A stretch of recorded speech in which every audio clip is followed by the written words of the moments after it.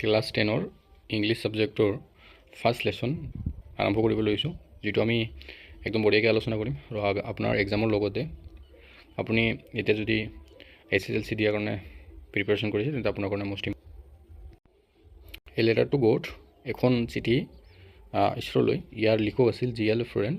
এই পাৰ্টৰ আমি অনুবাদখিনি চাম। আমি কুৱেশ্যনবিলাক ভালকৈ আলোচনা কৰিম। আপুনি যদি আলোচনা কৰি লৈছোঁ লেনছন এজন গৰীব কৃষক আছিল। আমি অকল অনুবাদটো চাম আৰু কুৱেশ্যনবিলাক ভালকৈ আলোচনা কৰিম। আশা কৰিম আপুনি সম্পূৰ্ণলৈ চাব, আৰু যদি আপোনাৰ ভাই ভণ্টি কোনোবাই ক্লাছ 10ত উঠিছে তেন্তে আপুনি শ্বেয়াৰ কৰি দিব। তেওঁ নিজৰ পৰিয়ালটোৰ সৈতে এখন সৰু পাহাৰৰ ওপৰত থকা এখন সৰু ঘৰতে বসবাস কৰিছিল। ঘৰখনৰ চৌপাশে থকা খেতি আছিল আৰু এই মকাইবোৰে তেওঁৰ জীৱনৰ একমাত্ৰ আশা আছিল। অৰ্থাৎ লেনছনে মাকাইৰ খেতি কৰিছিল, মষ্ট ইম্পৰ্টেণ্ট হয়। আৰু ক'ত আছিল তেওঁ? এখন পাহাৰৰ ওপৰত সৰু এখন ঘৰত আছিল। এদিন আকাশত ডাবৰ মেঘ দেখা গ'ল আৰু লেনছুৱে বৰ সুখী হৈছিল। তো এইটো কোৱেশ্যন আহে যে লেনছনে কিয় সুখী হৈছিল? কাৰণ তেওঁ ডাবৰ দেখিবলৈ পাইছিল, মেঘ দেখিবলৈ পাইছিল, বৰষুণ হ'ব বুলি। কিয়নো বৰষুণ হ'লে খেতি ভাল হ'ব বুলি তেওঁ ভাবিছিল। কিন্তু অলপ সময়ৰ ভিতৰতে বৰষুণটো শিলাবৃষ্টিত ৰূপান্তৰিত হ'ল। আৰু এইটো কোৱেশ্যন আহে যে অলপ পিছত লেনছুৱে কিয় দুখী হৈছিল? তো মনত ৰাখিব, কাৰণ ডাবৰটো শিলাবৃষ্টিত ৰূপান্তৰিত হৈছিল। শিলাবৃষ্টিয়ে খেতিখন সম্পূৰ্ণৰূপে ধ্বংস কৰিলে। লেনছুৱে সম্পূৰ্ণ হতাশ হৈ পৰিল। তেওঁৰ পৰিয়ালটোক খুৱাবলৈ এতিয়া আৰু একো নাছিল, কিন্তু তেওঁৰ ভগৱানৰ ওপৰত সম্পূৰ্ণ বিশ্বাস আছিল। মষ্ট ইম্পৰ্টেণ্ট কথা হয়, এইটো মনত ৰাখিব যে তেওঁৰ ভগৱানৰ ওপৰত সম্পূৰ্ণ বিশ্বাস আছিল। তেওঁ ভগৱানলৈ এখন চিঠি লিখিলে আৰু 100 পেছো, টকা নহয়, পেছো সহায় বিচাৰিলে। তো ইম্পৰ্টেণ্ট হয়, একচুৱেলি মেইন সাৰাংশ এইটোৱে। ডাকঘৰৰ কৰ্মচাৰীসকলে এই চিঠিখন পঢ়িছিল আৰু হাঁহিলে, যদিও ডাকঘৰৰ পোষ্টমাষ্টাৰজন লেনছৰ বিশ্বাস দেখি খুবেই প্ৰভাৱিত হ'ল। তো মষ্ট ইম্পৰ্টেণ্ট হয়, এইটো কুৱেশ্যন আহি থাকে। আৰু যে চিঠিখন কোনে প্ৰথম পঢ়িছিল আৰু তেওঁ কি ভাবিছিল? তেওঁ লেনছনক সহায় কৰিবলৈ সিদ্ধান্ত লয়। পোষ্টমাষ্টাৰে নিজৰ দৰমহাৰ কিছু অংশ আৰু আন কৰ্মচাৰীসকলৰ পৰা ধন সংগ্ৰহ কৰি মুঠ 70 পেছো টকা যোগাৰ কৰিলে। তো মনত ৰাখিব যে লেনছুৱে কিমান টকা খুজিছিল ঈশ্বৰলৈ আৰু তেওঁক কিমান টকা ডাকঘৰৰ পোষ্টমাষ্টাৰে দিছিল, মনত ৰাখিব। লেনছুৱে টকাখিনি পাই খুচি হ'লে, যদিও তেওঁ দেখিলে যে 100 পেচা নহয়, তেওঁ ভাবিলে নিশ্চয় ডাকঘৰৰ কৰ্মচাৰীসকলে বাকী টকাখিনি ৰাখিলে। তো একচুৱেলি লেনছুৱে কিমান টকা ভগৱানলৈ খুজিছিলে? 100 পেচা, আৰু তেওঁ কিমান পালে? 70 পেচা। তো সেইকাৰণে লেনছুৱে ভাবিছিল যে বাকী 30 পেছো ডাকঘৰৰ মানুহবিলাকে ভাগ কৰি লৈছে। এইটো আহে যে লেনছুৱে কিয় লাষ্টত দুখী হৈছিল, বা কিয় দুখী হৈছিল? কাৰণ ভাবিছিল যে বাকী পইচাখিনি পোষ্টমাষ্টাৰে বা কৰ্মচাৰীসকলে ভাগুৱাই লৈছিল বুলি, এইটো তেওঁ সন্দেহ কৰিছিল। তাৰপিছত তেওঁ কি কৰিছিল? যে ডাকঘৰৰ কৰ্মচাৰীসকলে দুষ্ট বুলি তেওঁ ক'লে আৰু পুনৰ ভগৱানলৈ এখন চিঠি লিখিলে। ঠিক আছে, তাৰপিছত তেওঁ আকৌ কি কৰিলে? এখন ভগৱানলৈ আকৌ এখন চিঠি লিখিলে আৰু ক'লে যে পোষ্টমাষ্টাৰ বা ডাকঘৰৰ মানুহবিলাক কি মানে দুষ্ট, এনেকুৱা ধৰণৰ চিঠিত লিখিলে।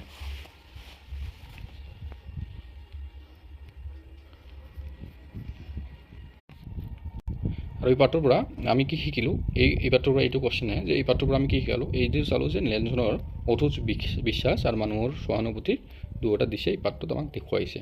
ঠিক আছে, এইটো আমাৰ পাঠটোৰ সাৰাংশ, একেবাৰে সৰু, মানে সহজ, কিন্তু আমি কুৱেশ্যনবিলাক আমি এনেকুৱা সজাইছোঁ যিকেইটা কুৱেশ্যন আপোনাৰ মোৰ কাৰণে মষ্ট ইম্পৰ্টেণ্ট আৰু একেবাৰে চিম্পল লেংগুৱেজত দিয়া হৈছে। আপোনালোকে এইটো নাভাবিব যে ইমান সহজ।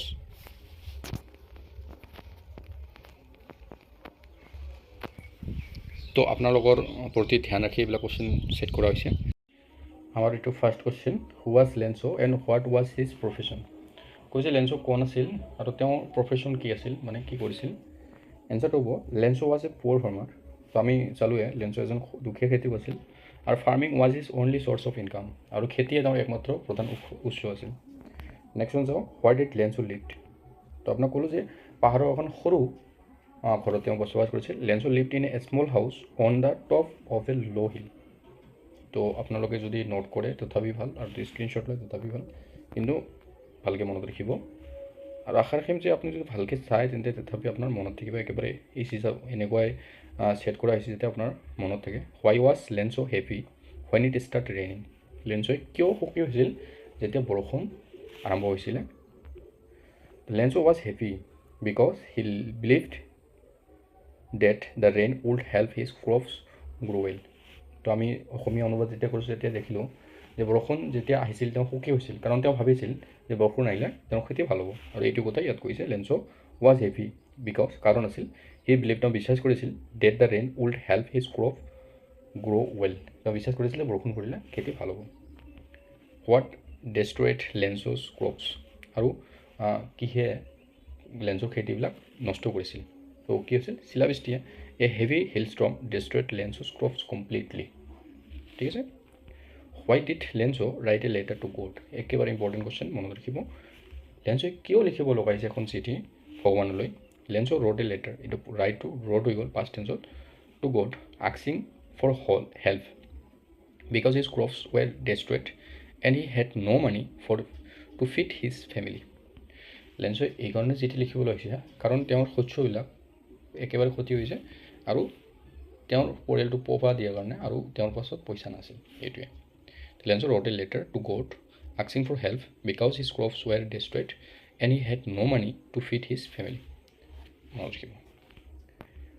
How much money did Lencho ask from God? এইটো ইম্পৰ্টেণ্ট হয় কিমান টকা খুজিছিলে ভগৱানলৈ 100 পেছছ মনত ৰাখিব pesos who help Lencho and how important question হয় এষ্টৰ মাৰ্ক দি ৰাখিব মানে কোনে আৰু কেনেকৈ ইয়াক হেল্প কৰিছিল আমি পঢ়িলোঁ যে পষ্টমাষ্টাৰে পইচাখিনি হেল্প কৰিছিল আৰু কেনেকৈ যিহঁতৰ এমপ্লয়িজ আছিল সিহঁতৰ পৰা একতা কৰিছিল ইয়াত আমি চাওঁ যে post master and the other post office employees help Lencho by collecting money for him ঠিক আছে পোষ্ট মাষ্টাৰ আৰু পোষ্ট কাম কৰি থকা আদাৰ্ছ এমপ্লয়িয়ে একতা কৰিছিল পইচাবিলাক how much money did Lencho received আৰু কিমান পইচা লেঞ্চোৱে ৰিচিভ কৰিছিলে 70 পেছছ ঠিক আছে 70 pesos why did Lencho become angry after receiving money তো আপোনাক ক'লোঁ যে লেঞ্চোৱে কিয় খং কৰিছিল যেতিয়া পইচাখিনি একচেপ্ট কৰিছিল বা ৰিচিভ কৰিছিলে কাৰণ মই ক'লোৱে যে কাৰণ তেওঁ 100 পেছছ খুজিছিলে ভগৱানৰ পৰা কিন্তু তেওঁ 70 পেছছহে দিয়া হৈছিল আৰু তেওঁ ভাবিছিল বাকী পইচাখিনি পোষ্টমাষ্টাৰে লৈছে তো Lencho become angry because he thought that the post office employees had stolen the remaining money তো লেঞ্চো বিকাম এংগ্ৰি খং কৰিছিল because post office employees had stolen the remaining money বাকীখিনি পইচা post what does the story a letter to God teaches important হয় যে এ letter to god এই কবিতাটো আমাক কি শিকায় the story teaches about a strong faith in God and also' শ্ব'জ human kindness and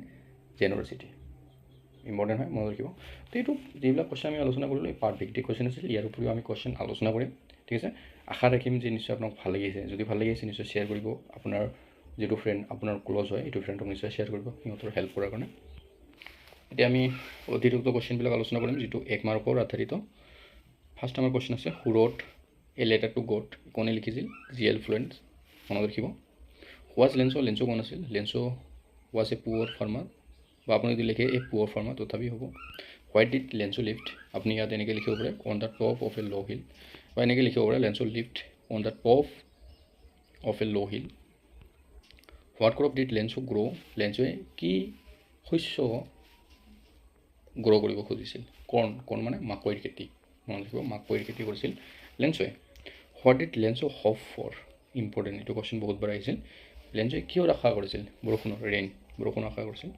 what type of storm destroyed the crops আৰু লেঞ্চৰ কেনেকুৱা ধৰণৰ ধুমুহাই খেতি নষ্ট কৰিছিল হেইলষ্টৰ্ম মানে শিলাবৃষ্টিয়ে মনত ৰাখিব home did Lencho write a letter two আৰু কাক লিখিছিল চিঠি গডক লিখিছিল গড জিঅ'ডি গড মানে ঈশ্বৰলৈ চিঠি লিখিছিল how much money did Lencho asked for আৰু কিমান টকা ভগৱানলৈ তেওঁ খুজিছিল 100 পেছছ মনত ৰাখিব who did Lencho letter first important হয় কোনে কৰিছিল the post master who help Lencho collect money আৰু কোনে কালেক্ট কৰিছিল হেল্পৰ কাৰণে পোষ্ট অফিচ এমপ্লয়িজ ঠিক আছে how much money did Lencho received আৰু লেঞ্চোৱে কিমান পইচা ৰিচিভ কৰিছিল এইটো মনত ৰাখিব এইটো কনফিউজ নহ'ব যে 100 পইচা কোনোবাই লিখিব 100 পইচা নহয় 70 পেছছ 100 পইচা ই খুজিছিলে ভগৱানলৈ কিন্তু পোষ্ট মাষ্টাৰে কালেক্ট কৰি কিমান দিছিল 70 পেছছ মনত ৰাখিব হোৱাই ৱাজ লেঞ্চো এংগ্ৰি লেঞ্চো কিয় খং কৰিবলৈ কৈছিল হি গট লেটছ মানি তো আপোনাক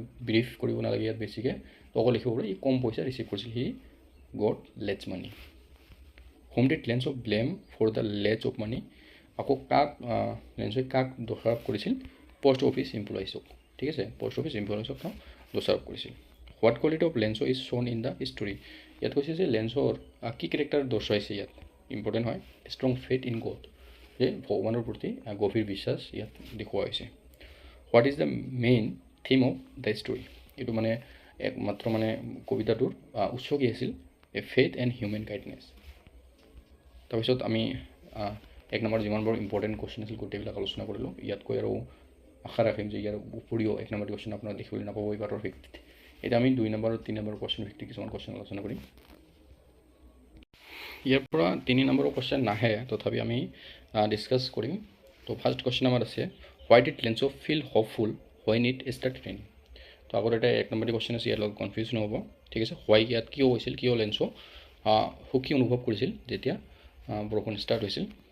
Lencho felt first because rain was necessary. লেঞ্চোই খুব ভাল পাইছিল বা সুখী হৈছিল কাৰণ শস্যৰ কাৰণে বৰষুণ খুব ইম্পৰ্টেণ্ট আছিল। For his corn crops to grow' well, he believe that the rain would bring a good harvest and help him support. তেওঁ আশা কৰিছিল যে বৰষুণ হ'লে শস্য ভাল হ'ব আৰু তেওঁৰ পৰিয়ালটোৰ পোহপালৰ কাৰণে খুব গুৰুত্বপূৰ্ণ সহায় হ'ব এইটোৱে। What happen to Lencho's crops during the storm, আৰু যেতিয়া বৰষুণ আহিল, ধুমুহা হ'ল, তেতিয়া কি হৈছিল ইয়াৰ শস্যৰ, এইটো কথা কৈছে। ডুৰিং দ্য ষ্টৰ্ম, আৰু বৰষুণৰ সময়ত heavy hail storm fell along with rain. The hail storm completely destroyed Lencho's crop leaving him with nothing to harvest. ইয়াত কৈছে যেতিয়া ধুমুহা হৈছিল, ধুমুহাৰ লগত হেভি হিল ষ্টৰ্ম হৈছিল, শিলাবৃষ্টি হৈছিল উইথ ৰেইন, লগতে বৰষুণ। The hail storm completely destroyed Lencho's crop, আৰু লেঞ্চৰ কমপ্লিট শস্যটোৱে বেয়া কৰি দিছিল, ডেষ্ট্ৰয় হৈ গৈছিল। Living him with nothing to harvest, আৰু তেওঁ পৰিয়ালটো পোহপাল দিয়াৰ কাৰণে কোনো বাচা নাছিল, ঠিক আছে। Why did Lencho wrote a letter to God, এইটো আহিব পাৰে আপোনাৰ এক্সামৰ কাৰণে, কিন্তু অলপ দীঘল।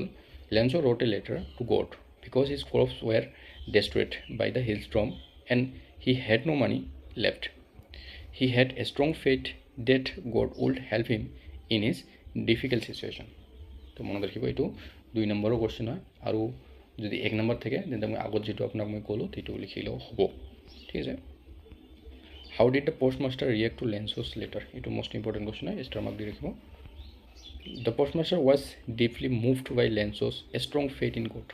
পোষ্ট মাষ্টাৰে খুব অনুভৱ হৈছিল তেওঁৰ লেঞ্চোৰ গভীৰ বিশ্বাসৰ প্ৰতি। Although' he laughed at first, আৰু চিঠিখন পঢ়াৰ পিছত তেওঁ হাঁহিছিল, ঠিক আছে। He decided to help Lencho, আৰু তেওঁ সিদ্ধান্ত লৈছিল যে লেঞ্চক হেল্প কৰিব by collecting money for his colleague বা এমপ্লয়িজ বুলি লিখিলেও হ'ব, বুজি পাইছে। মই এটা কুৱেশ্যন আপোনাৰ লগত লৈ থৈ দিলোঁ যে আপুনি যদি বুজাত অসুবিধা হয় আপোনাৰ, নিশ্চয় আপুনি এবাৰ জনাব, কাৰণ ইম্প্ৰুভটো বহুত জৰুৰী হয়। কাৰণ মই আশা কৰিম যে আপোনালোকৰ এক্সামটো ভাল হওক, আৰু যিমানবোৰ কুৱেশ্যন আহে গোটেইবোৰ কুৱেশ্যন আপুনি যদি লিখি থৈ আহিব পাৰে।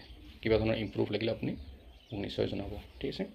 হাউ was the money for Lencho collect, আৰু লেঞ্চৰ কাৰণে পইচাখিনি কেনেকৈ কালেক্ট কৰিছিল। The post master collected money by contributing a part of his salary, কেনেকৈ কালেক্ট কৰিছিল যে সিহঁতৰ চেলাৰীৰ এটা অংশ কালেক্ট কৰিছিল। And asking other post employees to donate, আৰু বাকী এমপ্লয়িজক তেওঁ মানে কৈছিল দিয়াৰ কাৰণে, ডনেট কৰাৰ কাৰণে। In this a way they manage to collect some money for Lencho, আৰু এনেকৈ লেঞ্চৰ কাৰণে পইচা কালেক্ট কৰিছিলে, বুজি পাইছে। মানে অনুবাদটো আপোনাৰ কাৰণে মষ্ট ইম্পৰ্টেণ্ট হয়, কাৰণ অনুবাদটো আপুনি যেতিয়া মনত ৰাখিব তেতিয়া আপুনি বঢ়িয়াকৈ লিখিব পাৰিব আৰু মনত ৰখাৰ কাৰণে সুবিধা হ'ব, ঠিক আছে। যদি বেছি হৈ আছে, মানে মই যদি বেছি কৈ আছোঁ তেন্তে আপুনি নিশ্চয় কমেণ্ট কৰিব, তেতিয়া আমি এই হিচাপত মই আপোনাক নেক্সটত মই জনাব চেষ্টা কৰিম। Why is Lencho not satisfied after receiving money, আৰু লেঞ্চো কিয় সন্তুষ্ট হোৱা নাছিল যেতিয়া মানিখিনি ৰিচিভ কৰিলে, বুজি পাইছে। Lencho was not satisfied because he received only 70 পেছ'ছ, কাৰণ আপোনাক মই ক'লোঁ যে 150 মাগিছিল আৰু তেওঁ 70 পইচা পাইছে, এইকাৰণে তেওঁ ছেটিছফাইড নাছিল। 1 নম্বৰ কুৱেশ্যন হয়। 2 নম্বৰ যদি থাকে, interest of the 100 pesos he had asked for, he believed that the post office employees had taken the remaining money, আৰু তেওঁ এইটো বিশ্বাস কৰিছিল যে বাকী পইচাখিনি পোষ্টত কাম কৰি থকা মানুহবিলাকে লৈছে, ঠিক আছে। স্ক্ৰীনখন ল'লে ল'ব পাৰি। Next, what kind of person was Lencho, এইটো ইম্পৰ্টেণ্ট কুৱেশ্যন হয়। আগত এনেকুৱা ধৰণৰ কুৱেশ্যন নাছিল, এতিয়া চান্সেছ আছে আহিৰ কাৰণে। Lencho was a simple and hard working farmer মানে খেতিয়ক। He had blind faith in code but leaked trust human beings. আৰু কৈছে যে তেওঁৰ এটা অন্ধবিশ্বাস আছে ভগৱানৰ প্ৰতি আৰু lacked trust in human beings আৰু মানৱতাৰ এটা অংগ। What message does the story gives us, important হয়। স্ক্ৰীনশ্বটটো লৈ ল'ব। The story teach us about a strong faith in God and highlights human kindness, generosity and the irony of blind faith. বুজি পাইছে? তো আজিৰ এইটো আমাৰ কমপ্লিট হ'ল, আজিৰ এই lesson a letter to God. আশা ৰাখিম যে আপোনালোকে বুজি পাইছে, আৰু যদি বাই চান্স আপোনালোকে বুজি পোৱা নাই, ইয়াৰ উপৰিও যদি আপোনাৰ কিবা ধৰণৰ অসুবিধা থাকে, ইয়াত আপোনাৰ টিউশ্যন নহয় যে আপুনি ফৰ্ম পাব বা আপোনাক ভয় লাগিব, এনেকুৱা ধৰণৰ কথা নাই। আপোনাক অকল কমেণ্ট কৰিব লাগে যে ছাৰ আমাক বা মোক সেনেকৈ ক'ব লাগে। যি অসুবিধা হয় আপুনি অকল কমেণ্ট কৰিব লাগে, আৰু আপোনাৰ কমেণ্ট কোনেও নাচায় যে আপুনি আপোনাৰ এইটো নাম হয়। ঠিক আছে, মই চেষ্টা কৰিম ভালকৈ আপোনাক বুজোৱাৰ কাৰণে যে আপোনাৰ মাথাত একেবাৰে সোমাই যায়, কাৰণ আপোনাৰ নিচিনা ময়ো ষ্টুডেণ্ট।